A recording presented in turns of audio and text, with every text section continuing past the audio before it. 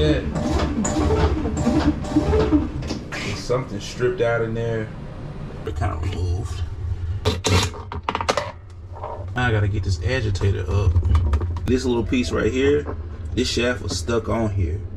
So I cut around it, took it off. And all I had to do was just get up and it popped off. Man, you can see in there are no splines left. Take a look at our new one, but you can see the splines are intact. Let's put these 6 screws in and put this, it's on like a cotter pin, this little plastic piece right there. And screw that down. And then I'm gonna put the agitator back on and test it out. There it is. See that? Immediately started spinning.